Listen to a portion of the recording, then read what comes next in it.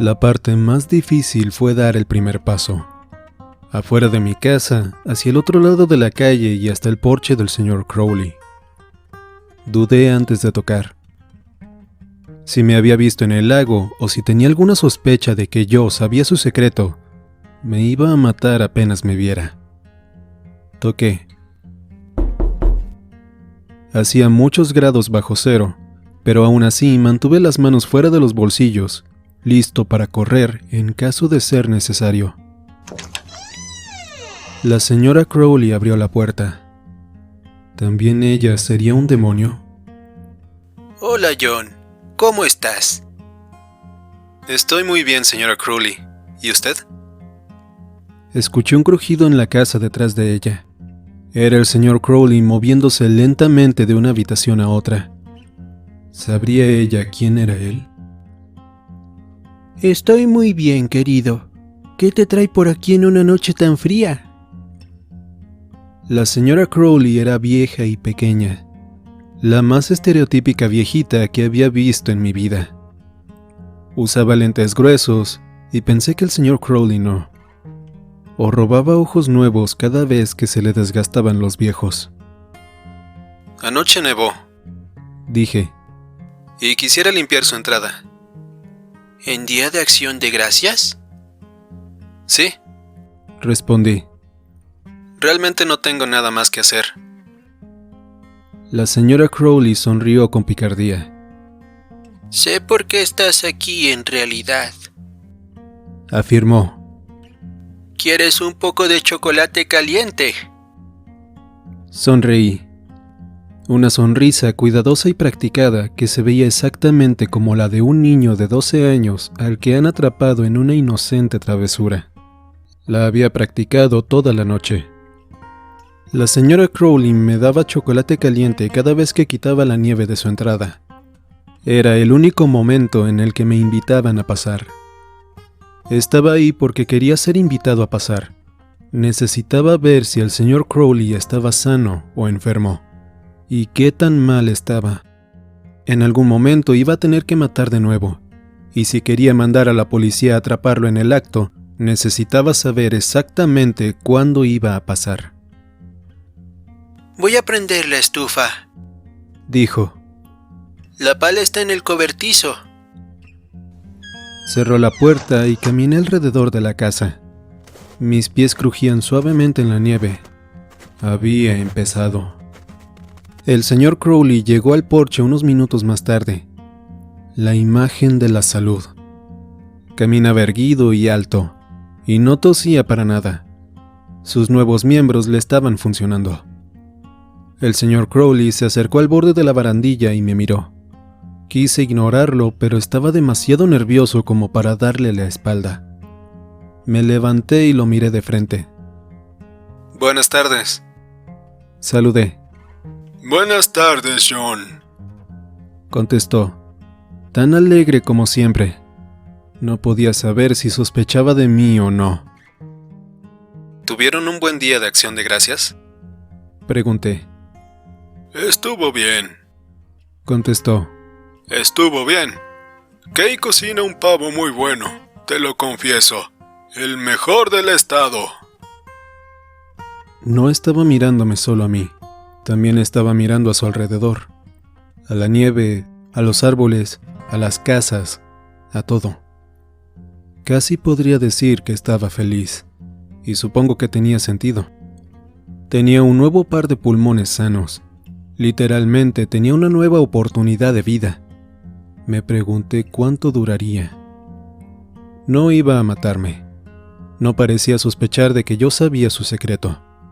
Satisfecho de saber que estaba a salvo, al menos por ahora, regresé a palear la nieve. Durante las siguientes semanas pasé mis días paleando nieve y mis noches rezando por más. Cada 2 o 3 días encontraba una nueva excusa para verlos. Palear después de una nevada, cortar leña o ayudar a llevar las cosas del supermercado. El señor Crowley se mostraba tan agradable como siempre, hablando y bromeando y besando a su esposa. Estaba rebosante de salud, hasta que un día encontré un laxante mientras vaciaba la bolsa del supermercado. Es su panza, dijo la señora Crowley con una sonrisa cómplice. Nosotros los ancianos no podemos comer como antes. Las cosas empiezan a desmoronarse. Creí que estaba bastante saludable. Solo un pequeño problema con su digestión. Explicó ella. Nada de qué preocuparse. Bueno, no a menos que el señor Crowley tenga el ojo puesto en tu sistema digestivo. Pero no estaba preocupado por ella. Probablemente sus órganos de 70 años no eran los ideales para robar, por una parte, pero iba más allá de eso.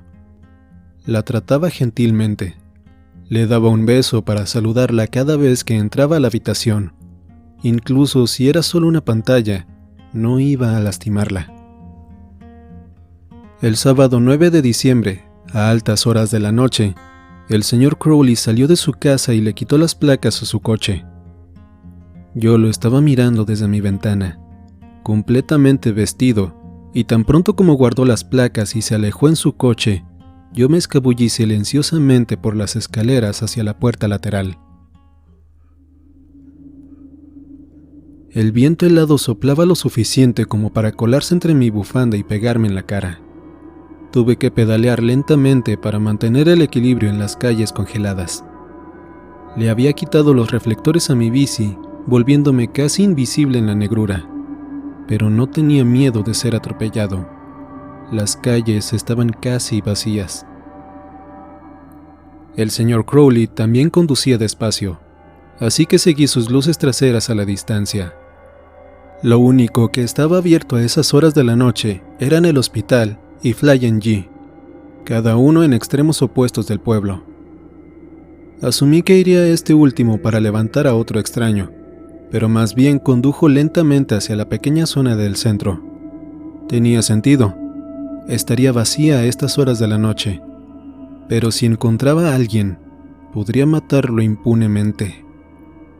No había negocios abiertos, ni casa, ni testigos que pudieran escuchar los gritos. De pronto, otro coche salió de la esquina, muy por delante de mí, y se detuvo en el semáforo junto al señor Crowley. Era una patrulla. Me los imaginé preguntándole si todo estaba bien, si necesitaba algo, si había visto algo sospechoso.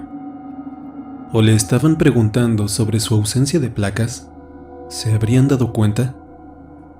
El semáforo se puso en verde y lo retuvieron un poco más. Luego se separaron.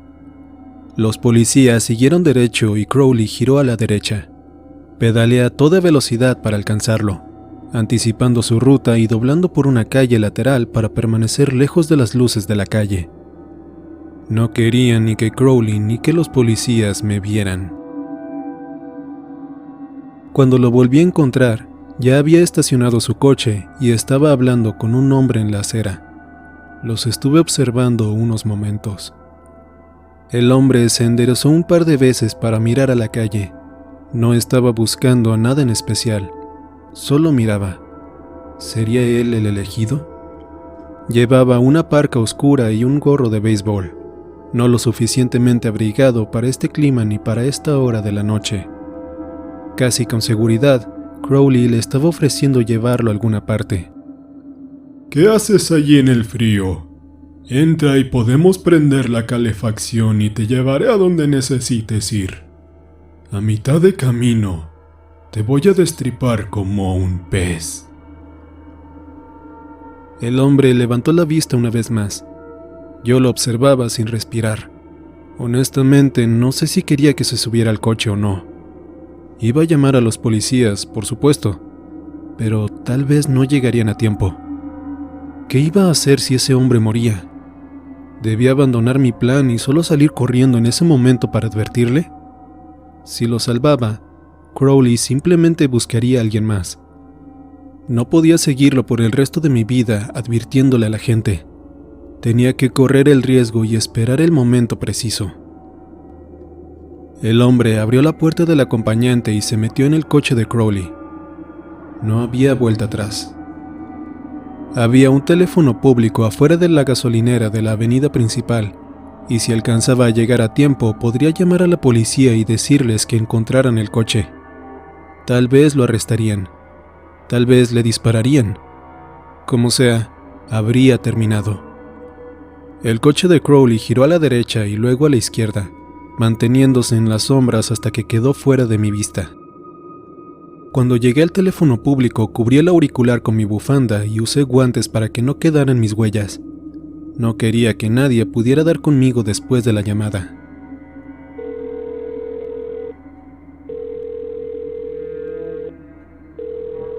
¿911? ¿Cuál es su emergencia? El asesino de Clayton tiene otra víctima en su coche ahora mismo. Dígale a la policía que busque un Buick LeSabre blanco en algún lugar entre el centro y la planta de madera. El operador se detuvo. ¿Usted dice que vio al asesino de Clayton? Lo vi recoger a su nueva víctima. Respondí. Manden a alguien ahora. ¿Tiene usted alguna evidencia de que ese hombre es el asesino? Preguntó el operador. Lo vi matar a alguien más. Contesté. ¿Hoy? Hace 2 semanas.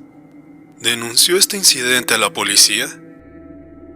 El operador sonaba casi aburrido. No se está tomando esto en serio. Señalé.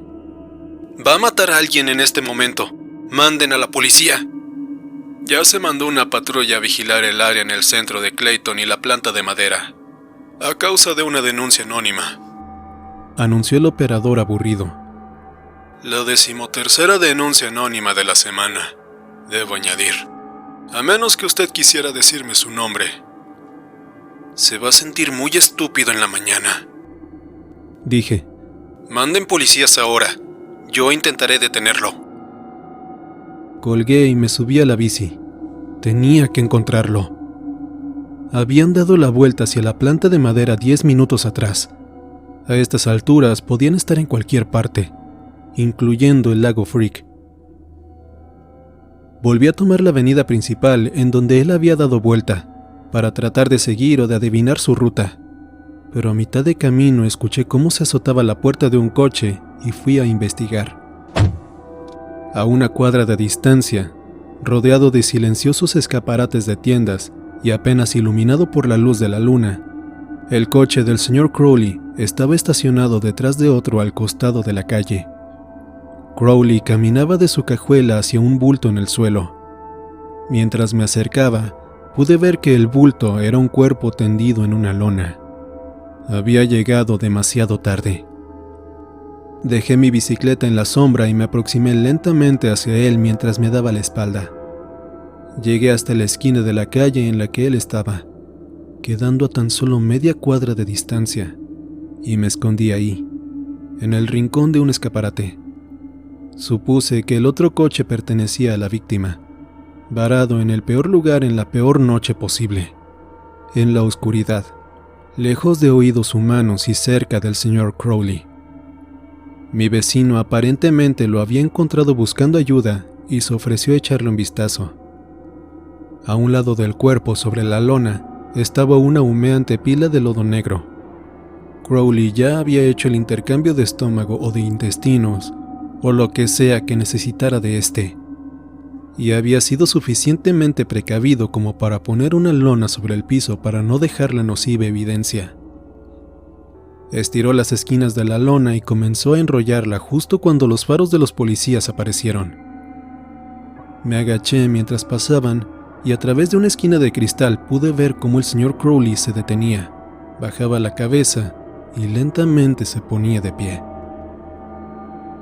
Uno de los policías salió del coche y sacó su arma detrás de la puerta abierta que le servía de escudo. El otro estaba en el asiento del conductor, hablando por la radio. El cuerpo estaba enrollado y escondido, pero había sangre en el suelo, resultado del ataque inicial. Ponga sus manos donde las pueda ver, ordenó el policía. Conocía a algunos de los policías del pueblo, pero no podía reconocer a este en la oscuridad. Acuéstese en el suelo, ahora. El señor Crowley volteó lentamente. Señor, no voltee. Acuéstese en el suelo inmediatamente. Crowley ya estaba cara a cara frente a ellos, alto y ancho ante los faros brillantes. Su sombra se extendía detrás de él por casi una cuadra completa, un gigante hecho de oscuridad. Gracias a Dios que están aquí, dijo Crowley. Acabo de encontrarlo. Creo que el asesino ese lo agarró. Los pantalones de Crowley estaban empapados de sangre de la víctima. Me pareció sorprendente que siquiera intentara mentir. Dese media vuelta y acuéstese boca abajo, ordenó el policía. Su arma era como una extensión de sus brazos, negra y recta. Las garras de Crowley estaban escondidas. Se veía perfectamente humano y al mismo tiempo perfectamente amenazante. Sus ojos eran pequeños y sombríos. Su boca estaba bien cerrada en una línea plana, sin emociones. Dese media vuelta y acuéstese boca abajo, repitió el policía. No se lo vamos a volver a repetir. Crowley los miraba con ojos penetrantes y yo me pregunté qué estaría sintiendo. ¿Enojo? ¿Odio? Miré más de cerca y alcancé a ver un destello de luz en su mejilla. Lágrimas. Estaba triste. El policía del lado del conductor abrió la puerta y salió. Era más joven que su compañero y le temblaban las manos. Habló con voz trémula. Los refuerzos están en camino, anunció. Pero antes de que siquiera pudiera acabar la frase, Crowley corrió hacia ellos, todavía con forma completamente humana, pero gruñendo furiosamente. El policía más viejo gritó en señal de advertencia y ambos hombres empezaron a dispararle en el pecho. Bala tras bala, Crowley cayó. ¡Demonios!, exclamó el policía joven. El policía más viejo bajó el arma lentamente y volteó a ver a su compañero. Sospechoso caído, anunció. Nunca habría adivinado que ese llamado fuera a servir de algo. ¿Qué fue? ¿El tercero de esta noche? El cuarto, corrigió el policía joven. Bueno, ¿qué estás esperando?, preguntó el policía más viejo. Llama a una ambulancia. De un segundo a otro, Crowley ya estaba de nuevo de pie, parado junto al policía viejo con la cara inhumanamente alargada y la boca como una aljiba de colmillos irregulares. El policía murió casi al instante. Las garras de color hueso le abrieron el vientre y el demonio Crowley saltó sobre la patrulla hacia el policía joven. El hombre gritó y disparó incontroladamente, dándole la esquina trasera del coche del señor Crowley. Segundos después, el demonio saltó sobre él y lo arrastró hacia un punto fuera de mi vista. El policía gritó una vez más y se detuvo. Tan rápido como la violencia había estallado, cesó. El policía, el demonio, las armas, la calle, el cielo de la noche fría. Todo era tan silencioso como una tumba. Después de un momento, Crowley salió de un lado de la patrulla cargando los dos cuerpos con su brazo derecho mientras su brazo izquierdo colgaba inútilmente. Era completamente humano otra vez. Desenrolló la lona y dejó caer los cuerpos de los policías junto al de la primera víctima y se detuvo por un momento a observar la escena. 3 cadáveres, un mar de sangre, 2 coches extra y un agujero de bala en el suyo. No iba a ser capaz de cubrirlo todo antes de que el refuerzo de la policía llegara. Crowley regresó al coche de la policía y apagó los faros. Ahora, lo único que se veía de la matanza era una silueta gris. Buscó en el interior del coche un poco más y escuché solo crujidos y arañazos hasta que por fin salió y lanzó un par de bloques negros sobre la pila de cuerpos. Supuse que era la cámara de video de la patrulla, pero no había manera de estar seguro desde la distancia a la que estaba. Todavía había tiempo. El policía había pedido refuerzos, pero incluso si no lo hubiera hecho, alguien tenía que venir a buscarlo. Era imposible que pudiera esconder todo esto. Se quitó el abrigo y su camisa de franela, los arrojó a la pila y se quedó de pie, pálido y medio desnudo bajo la luz de la luna. Su brazo izquierdo estaba severamente herido por la bala que había recibido y hurgó en la herida con un gruñido. Levantó el brazo izquierdo con ayuda de su mano derecha, los dedos convirtiéndose fluidamente en garras, y apoyó los dedos en su hombro. Se puso de pie con cuidado, preparándose para algo. Y luego casi saltó cuando sonó su celular a todo volumen. Tomó el celular de su cintura con la mano sana, lo abrió y lo acercó a la oreja. Hola, Kay. Lo siento, querida. No podía dormir. No te dije porque no quería despertarte. No te preocupes, cariño. No es nada, solo insomnio. Salí a dar la vuelta.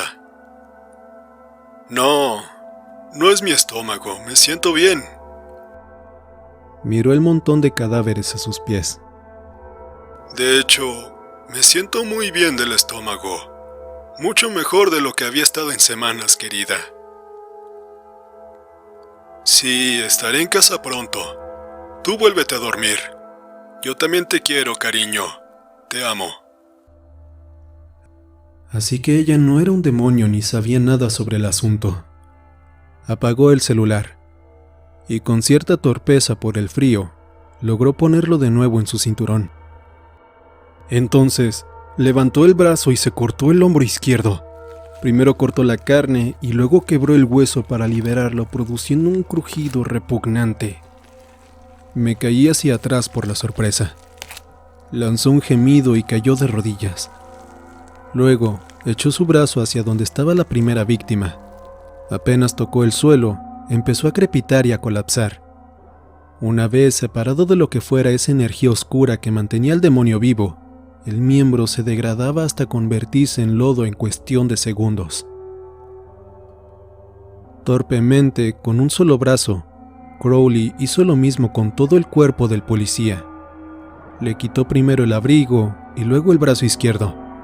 Sostuvo la extremidad a la altura de su hombro mutilado y vi con asombro cómo la carne parecía estirarse hasta la nueva extremidad, envolviéndola y acercándola, tejiendo y fundiéndose como masilla. Después de un momento, Crowley movió el brazo.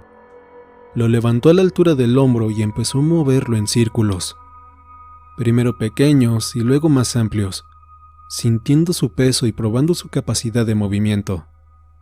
Satisfecho y temblando de frío, sacó un puñado de bolsas de basura de su cajuela y empezó a meter los cuerpos en ellas.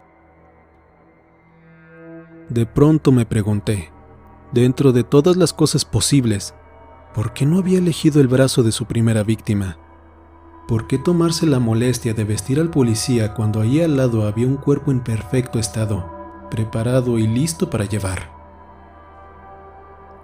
Escuché que se acercaba un coche, con las llantas abriéndose paso con dificultad a través de la nieve a medio derretir. Volteé para mirarlo. Era una camioneta que pasaba a 1,5 cuadras de distancia, en la avenida principal, de color rojo brillante bajo las luces de la calle. No había forma de que pudiera haber visto el macabro trabajo del señor Crowley desde tan lejos y en medio de tanta oscuridad. La camioneta siguió su camino y el ruido se perdió en la distancia. Crowley trabajó con rapidez y eficacia. Metió a los policías en la cajuela del coche descompuesto de la primera víctima y en su propia cajuela metió al propietario del coche. Bien envuelto en una bolsa de basura, junto con la bolsa que contenía los restos de su ropa, la lona sangrienta y los aparatos robados del coche de la policía. Era un plan muy astuto. Cuando los investigadores finalmente encontraran a los policías, iban a aparecer como las únicas víctimas y el dueño del coche naturalmente iba a ser el primer sospechoso, lo que hacía que los policías y el FBI perdieran el rastro de Crowley durante semanas. Crowley subió a su automóvil, lo prendió y se fue. Nadie había llegado. Se había salido con la suya. Se había enfrentado a 2 policías armados y había salido sin un rasguño. En mejores condiciones, de hecho, que cuando empezó. La evidencia había desaparecido, y la evidencia que había quedado apuntaba hacia otra persona. En cuanto desapareció de mi vista, corrí hacia mi bici y pedaleé tan rápido como pude en la otra dirección. Lo último que quería era que me encontraran ahí y me vincularan con el crimen. ¿Cómo podía alguien detener a este demonio? Era prácticamente imposible de matar, y demasiado fuerte y demasiado listo incluso para la policía. Habían hecho todo lo que habían podido. Habían usado todo su entrenamiento. Lo habían acribillado a balazos, por amor de Dios. Y ahora estaban muertos. Todo aquel que había visto a Crowley esta noche estaba muerto. Todos, excepto yo. Eso era estúpido. ¿Qué podía hacer? ¿Poner sobre aviso a más policías y conducirlos a su muerte como había hecho con estos 2? Estaban muertos por mi culpa. Crowley los había matado, pero solo porque lo forcé a hacerlo. Él quería matar a un hombre esta noche, y por meterme en sus asuntos ahora había 2 más pudriéndose en la cajuela de un coche. No podía volver a hacer eso. Habría sido mejor, quizá, dejarlo en paz. Dejarlo matar a su propio ritmo. 1 por mes en lugar de 3 en una sola noche. No iba a ser responsable de ninguna otra muerte. ¿Pero cómo? Dejé de pedalear y me quedé en mi bicicleta en medio de la calle a pensar. No podía atacarlo. Aun si tuviera una pistola, ya sabía cuán estúpida era esa idea. Si 2 policías entrenados en combate no podían matarlo, ciertamente yo tampoco. No así. El monstruo detrás de la pared se movió, despierto y hambriento. Podía hacerlo. No. ¿No? A lo mejor sí. Eso era de lo que tenía miedo, ¿no? ¿De matar a alguien? Bueno, ¿qué pasaba si aquella persona a la que mataba era un demonio? ¿No estaría bien eso?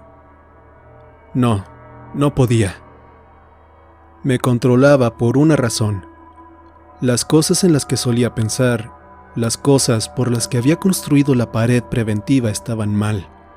Matar estaba mal. No lo iba a hacer. Pero si no lo hacía yo, el señor Crowley lo haría, una y otra vez. ¡No! Exclamé en voz alta, enojado conmigo mismo, enojado con Crowley. Enójate, sácalo. No. Cerré los ojos.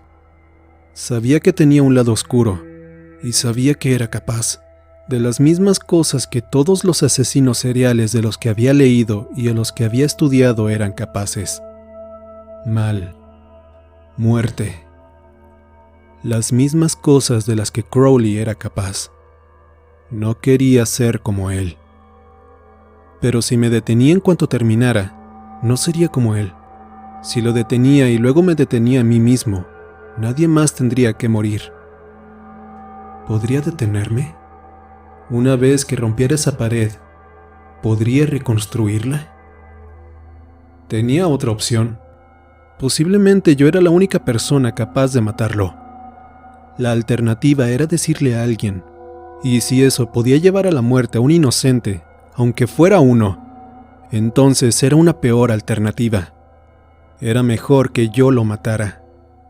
Significaba menos muerte y dolor para todos. Nadie tenía que sufrir, salvo Crowley y yo. Si lo hacía, debía tener cuidado. Crowley era una criatura de puro poder. Era demasiado poderoso para enfrentarme cara a cara con él. Las tácticas que había estudiado, los asesinos a los que podía emular, se especializaban en aplastar al débil, en dominar a los que no podían defenderse. De pronto vomité, girando la cabeza y arqueándome hacia el piso. 7 personas muertas hasta ahora, 7 personas en 3 meses, y se estaba acelerando. ¿Cuántas más morirían si no lo detenía? Podía detenerlo. Todos tienen alguna debilidad, incluso los demonios. Él mataba a causa de una debilidad. Después de todo, su cuerpo estaba deshaciéndose a pedazos. Si tenía una debilidad, podía tener más. Podía encontrarlas y explotarlas. Podía detenerlo. Podía salvar al pueblo, al condado y al mundo. Podía detener a un demonio. Y lo haría. No más preguntas. No más espera. Había tomado la decisión. Era momento de derribar la pared, de deshacerme de todas las reglas que había creado para mí. Era momento de dejar salir al monstruo. Me volví a subir a mi bici y me fui a casa, demoliendo mis reglas mientras avanzaba. Ladrillo a ladrillo, la pared se derrumbó y el monstruo estiró las piernas, flexionó las garras y se lamió los labios. Mañana iríamos de casa.